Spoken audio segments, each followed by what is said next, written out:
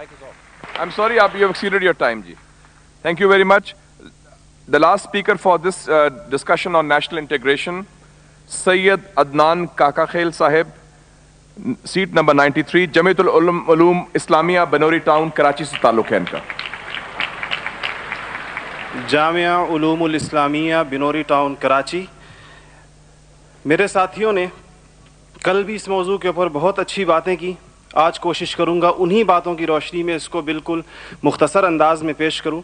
इसमें दो राय नहीं है कि हमारा सबसे बड़ा बहरान नज़रियाती यकजहती, फ़िक्री वहदत और इत्तेहाद व इत्तेफाक से महरूमी है. मगर सोचने की बात यह है कि ये महरूमी 58 साल गुजरने के बावजूद अभी तक क्यों है. उसकी वजह यह है कि वो जो बुनियादी प्लेटफॉर्म दिया गया था कि पाकिस्तान का मतलब क्या, ला इलाहा इल्लल्लाह, उस पर कन्फ्यूजन्स पैदा कर दी गई. एक सोचे समझे मंसूबे के तहत अभी तक पूछा जा रहा है कि पाकिस्तान क्यों बनाया गया था, कायद का विज़न क्या था. क्या ये चीज़ें बहुत क्लियर नहीं हैं? और क्या इस सवाल का जवाब मैं या आप दे सकते हैं या वो नस्ल दे सकती है जिसने तख्लीक पाकिस्तान के खाके में अपने खून से रंग भरा था.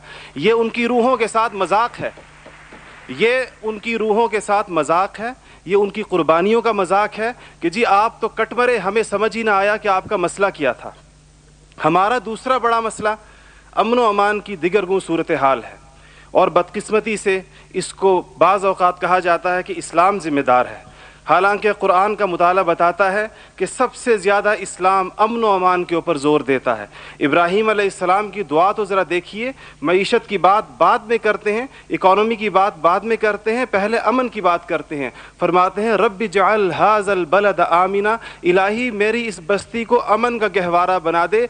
फिर फरमाते हैं वर्ज़ुक़ अहलहू मिनस समरात, इसमें रहने वालों को इनकी मईशत भी ठीक कर दीजिए. और अल्लाह ताला भी जब अपने इनामात गिनवाते हैं तो फरमाते हैं इब्राहीम सलाम को कि वइज़ जअलनल बैत मसाबतन लिन्नासि व अमना, हमने आपको एक ऐसी जगह बसाया जिसको बार बार आने की जगह और अमन का गहवारा बनाया.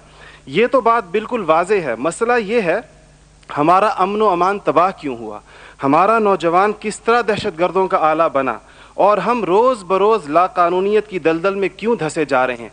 जनाब सदर, नोट करने की बात है कि ये सबक उसको किसी मज़हब ने नहीं सिखाया, ये सबक उसको किसी दीन ने नहीं बताया. ये तबक़ाती तफरीक, इस्तेहसाली निज़ाम, टैलेंट की बेकदरी, तालीमी ढांचे का खोखलापन, बेइंतहा करप्शन और इख्तियारात के नाजायज़ इस्तेमाल वो खौफनाक मसाइल हैं जो नौजवान को इस तरफ लेकर गए हैं.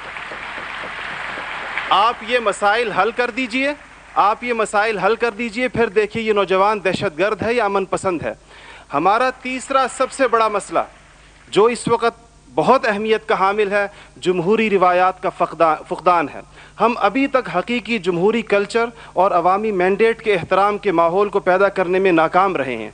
टूटती बनती असम्बलियों, इंतखाबी धांधलियों और जनाब सदर अहम कौमी मसाइल में पार्लियामेंट को बाईपास करने की रिवायात ने अवाम का एतमाद मौजूदा पॉलिटिकल सिस्टम से उठा दिया है.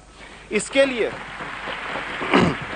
हमें अपने उस पड़ोसी मुल्क से सबक सीखना चाहिए जहाँ से मुशाहिद साहब तशरीफ़ लाए हैं और आप अनकरीब जाने वाले हैं. उनकी और हमारी तारीख़ आज़ादी एक ही है. उनको और हमको हमें और उनको एक जितना वक्त मिला है, मगर उन्होंने अपने यहाँ जमहूरी अक़दार को इतना मजबूत कर दिया है कि हुकूमत कितनी नाकाम साबित क्यों ना हो जाए, कोई भी उफ्ताद टूट पड़े, ये नहीं हो सकता कि फ़ौज बैरकों से निकले इक़्तिदार में आकर बैठ जाए. इसी तरह जनाब सदर, मैं ये समझता हूँ कि आज इस हॉल में लगी हुई कायद की तस्वीर आपसे पूछ रही है, आगे आप खड़े हुए हैं कि जनरल तुम तो सरहदों के रखवाले हो, तुमको ईवान इक़्तिदार की राह किसने दिखाई है. और जनाब आला, हमारा तीसरा सबसे बड़ा मसला एलीट क्लास इकॉनमी है.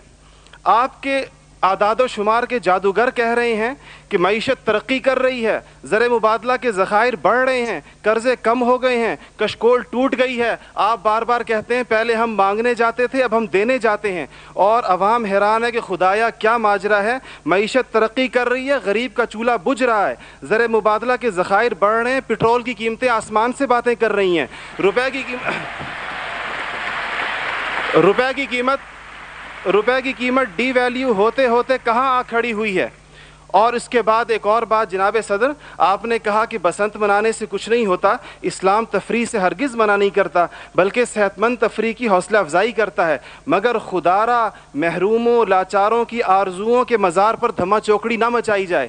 دیکھیں اسلام یہ کہتا ہے اگر ایک گھر کے اندر ایک عجیب تاثر ہے, ٹھیک ہے لوگ انفرادی طور پہ پتنگ اڑائیں, کوئی اس کو حرام نہیں کہتا, مگر جب ایک غریب دیکھتا ہے کہ میرے پیٹ میں روٹی نہیں, میرا صدر پتنگ بازی کر رہا ہے, تو وہ یوں سمجھتا ہے کہ ہمارے درمیان کوئی گیپ ہے. آپ بالکل وہ سمجھتا ہے, غریب کہتا ہے کہ میں, غریب دیکھتا ہے, غریب آپ کو اس کے احساسات کا بالکل اس طرح لگتا ہے ایک گھر کے اندر میت پڑی ہو اور آپ دوسرے گھر کے اندر ڈرم بجائیں کہ میں تو آزاد ہوں, غم تو تمہارا ہے میرا نہیں ہے. تو اس کو کوئی بھی اس کی اجازت نہیں دے گا, کوئی بھی مذہب کہے گا کہ نہیں, اس کا احساس کیجئے, اس کے اشک شوئی کریں, اس کو سینے سے لگائیے. اس کے علاوہ جناب صدر ایک بہت اہم بات جو ہم محسوس کرتے ہیں کہ بعض مسائل آپ کے لہجے کی کرختی کی وجہ سے خراب ہوتے ہیں. آپ بلوچستان کے عوام سے کہتے ہیں تمہیں ہم وہاں سے ہٹ کریں گے, تمہیں پتہ ہی نہیں چلے گا ہم نے تمہیں کہاں سے ہٹ کیا ہے. یہ چیزیں آپ قوم کے بڑے ہیں, آپ کو بالکل قوم سے اس انداز میں گفتگو کرنی چاہیے جس طرح آپ اپنے بیٹے بلال سے گفتگو کرتے ہیں. آپ کو اس کے جناب صدر آپ کا لہجہ جو ہے, وردی کی بات میری بہن نے کی, وردی کی بات تو آپ نے خود 14 کروڑ عوام سے کہا تھا میں 31 دسمبر کو اتار دوں گا, پھر قوم کے وسیع تر مفاد میں آپ وعدے سے مکر گئے. تھینک یو جی, شکریہ, مہربانی, تھینک یو. آپ کا ٹائم ہو گیا ہو جی.